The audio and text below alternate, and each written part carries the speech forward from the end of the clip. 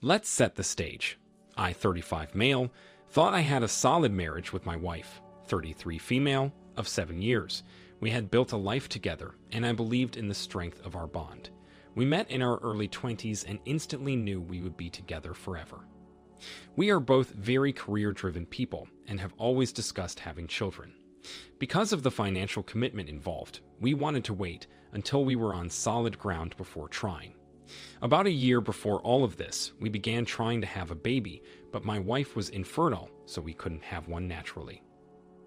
I wanted to discuss other options, but she seemed to be uninterested in any other alternatives and shut me out completely.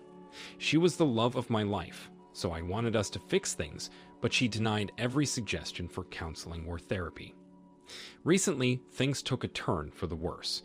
My wife started exhibiting suspicious behavior, being secretive with her phone, working late more often, and growing more emotionally distant.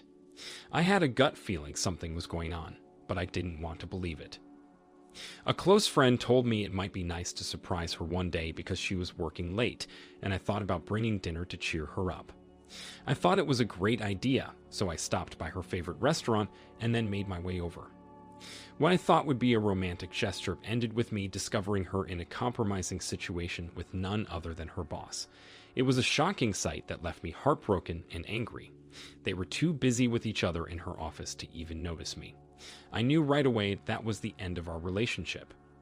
I dropped the food in the trash can and stormed out of her office. On the drive back home, I thought about what I was going to do. I thought about confronting her and demanding we divorce, but I knew that if I did, she would try and get spousal support from me. I knew that I needed to catch her in the act with evidence. Over the next few days, I crafted a plan to expose their affair. I was angry with her, so I wanted to ensure they faced the consequences of their actions, and I wanted our families to know the truth. First, I enlisted the help of a close friend who happened to be a talented videographer. We set up hidden cameras in my house to capture evidence of the affair. Shortly after setting up the cameras, I told my wife that I had an emergency business meeting and would be out of town for the weekend. She didn't ask any questions, she even seemed excited. There was no doubt in my mind that she was falling right into my trap and planned on inviting her boss over to our house.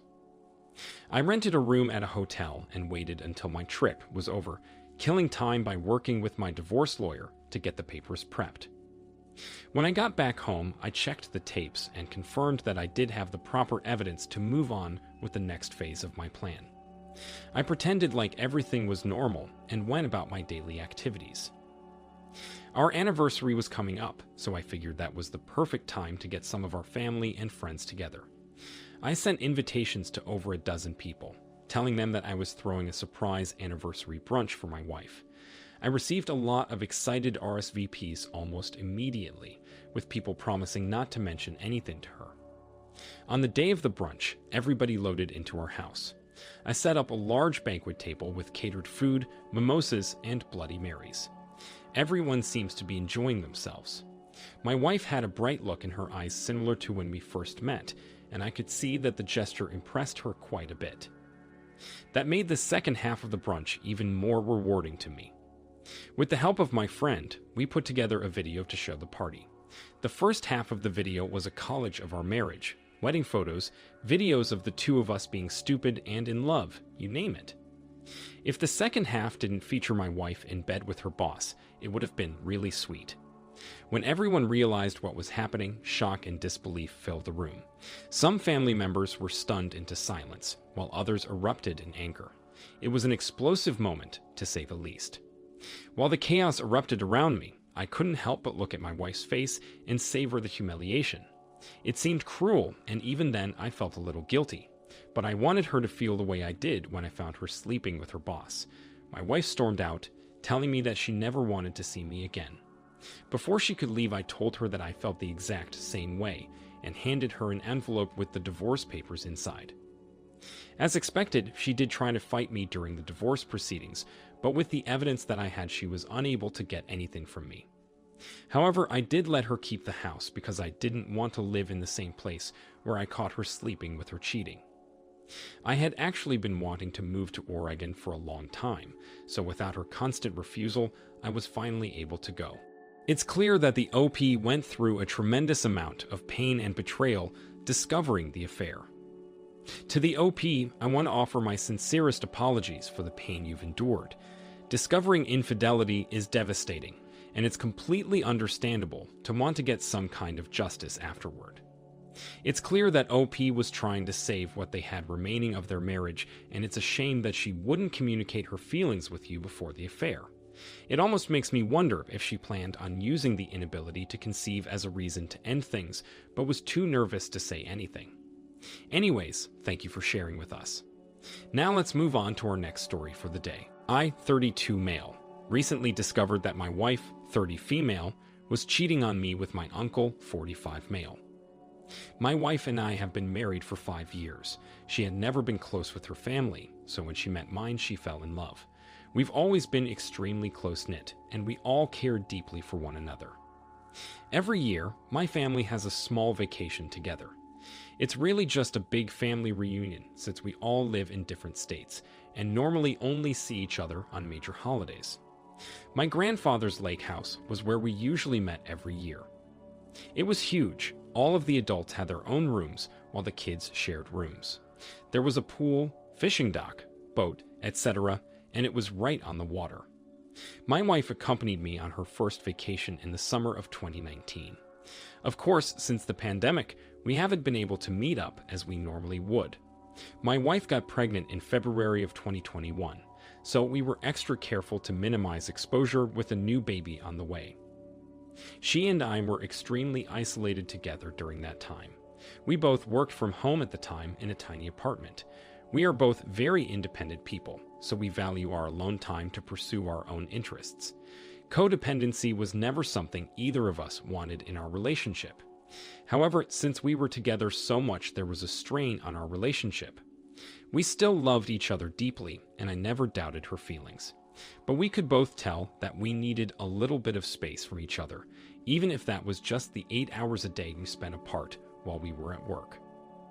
Shortly before the baby was born, we closed on a house and moved everything over to prepare for the baby's arrival.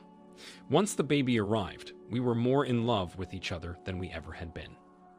All of the issues we had while we were in lockdown together seemed to disappear, and we fell back into our usual patterns. It probably helped that the house was large enough for us to not be on top of each other all the time. This year, 2023, was the first year since the beginning of the pandemic that my family has felt comfortable enough to get together again. My wife and I were very excited to meet up with everybody again and introduce all of my relatives to our baby. At first, everything was wonderful. We had a nice barbecue with all of my family the day we arrived. The kids played in the water, and some of the adults took the boat out to soak in the sun. My wife was spending a lot of time with my uncle and his ex-wife. Their relationship is a long story, but in short, they were divorced but still friendly and had a lot of love for one another, and they wanted to make sure their children had a loving family. It was kind of complicated, though. Anyway, I didn't think much about my wife spending time with them because she's always been a very friendly and outgoing person. So was my uncle. Both of them were the life of any party they would go to. It seemed natural that both outrageous personalities would gravitate toward one another.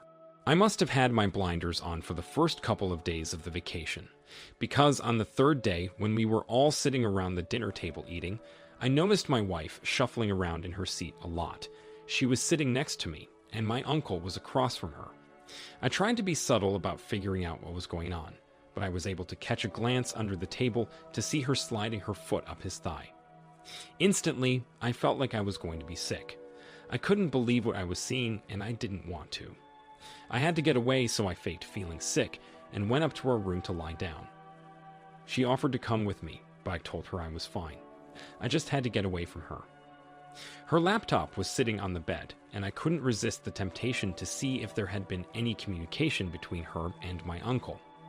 I hated to be the person to look through someone's messages, but that behavior couldn't have started out of the blue, right?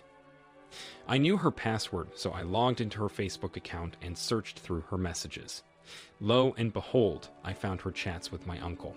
It all started when he posted a picture of himself at the beach on his timeline. She messaged him first, hinting at how good he looked.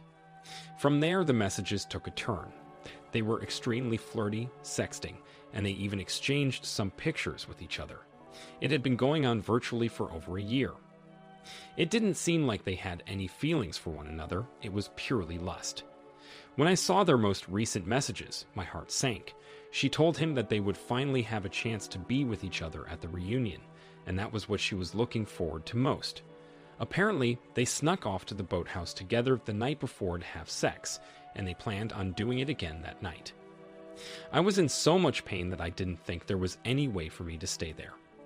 I thought about leaving and going home to pack my things, but I came up with a better idea. I wanted my family to know what they had done.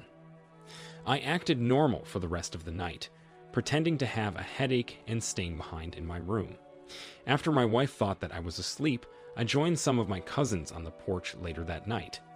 I suggested that we should take the boat out and have a couple of beers on the water.